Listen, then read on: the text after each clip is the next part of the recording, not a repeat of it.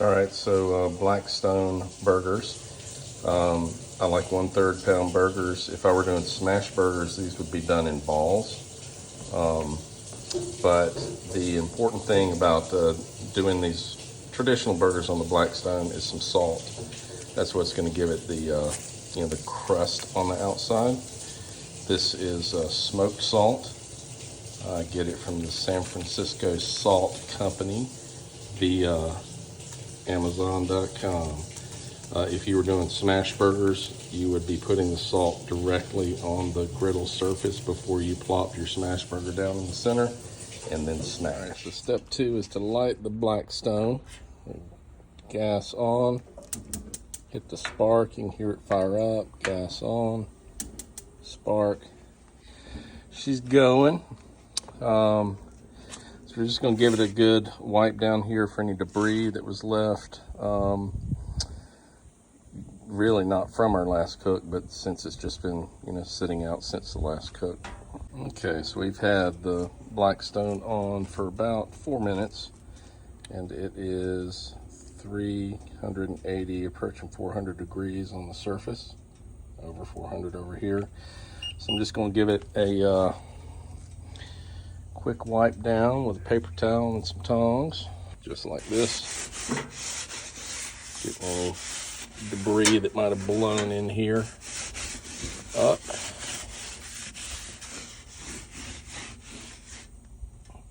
Yeah, it's not too dirty. Main thing is get the junk out, and hit it with just a little bit of oil, and then we're going to put some burgers on. Extra virgin olive oil. Just a line down it like so. Spread that around a little bit,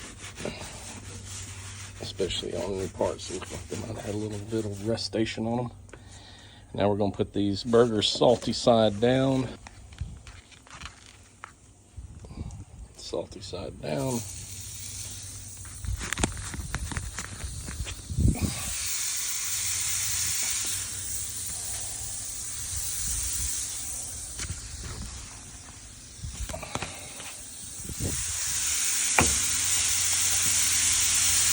Like so, and then we'll salt the top of them to be ready when they flip. All right, so basically what we're doing now is just watching how far through these burgers have cooked. The cooking surface up. We're going to let them get over halfway. In the meantime, we're going to toast some buns. These are straight out of the freezer. We're going to start off with some butter going down here. Pretty much the same technique we would be using for really amazing grilled cheese sandwich on here. A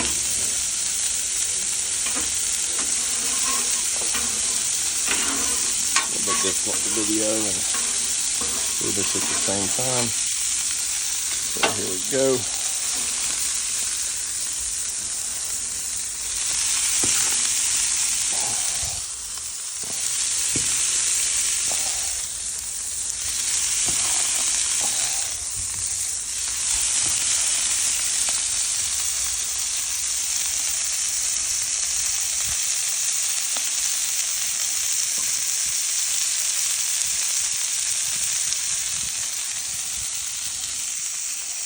All right, so these burgers have been on for almost 8 minutes. Main thing I'm looking for is the brown kind of coming around the edge towards the top.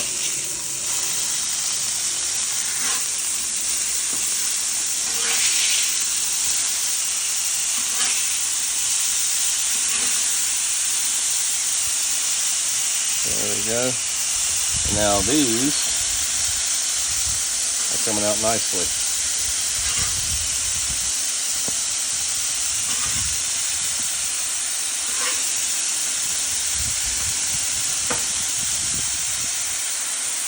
Set these aside while that finishes up, and then we're going to be throwing down with the cheese. All right.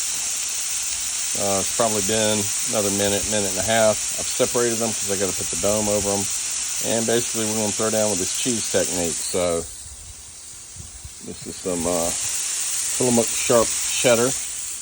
I've got 2 domes, so I'm going to do these 2 at a time. I'm going to put this on there. I'm going to drop a dome on. Then we're going to, this is just regular drinking water.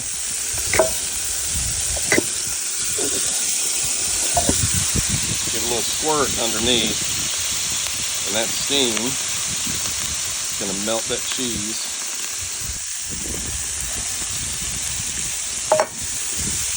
See how nicely that's melted.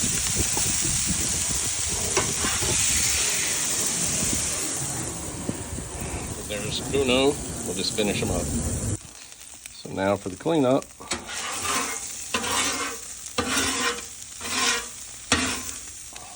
I'm just able to scrape the gunk over to the edge. Bring it over to down the chute. There's a little catch bucket back there for this nastiness.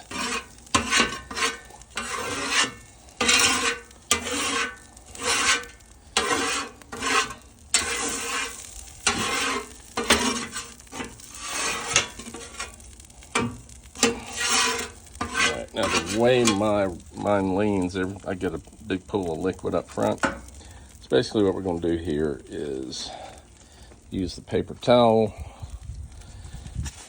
and wipe up as much debris as we can. Get as much of this leftover fat as we can towards the back.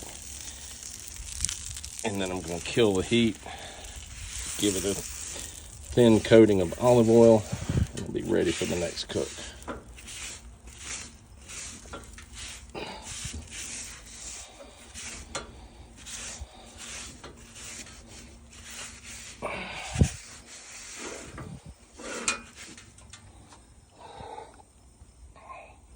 Let that smoke off, and then I hit it with some olive oil.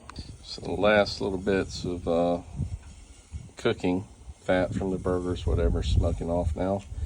So we're going to go ahead and be sure this stays seasoned for the next cook. I'm going to shut the burners off.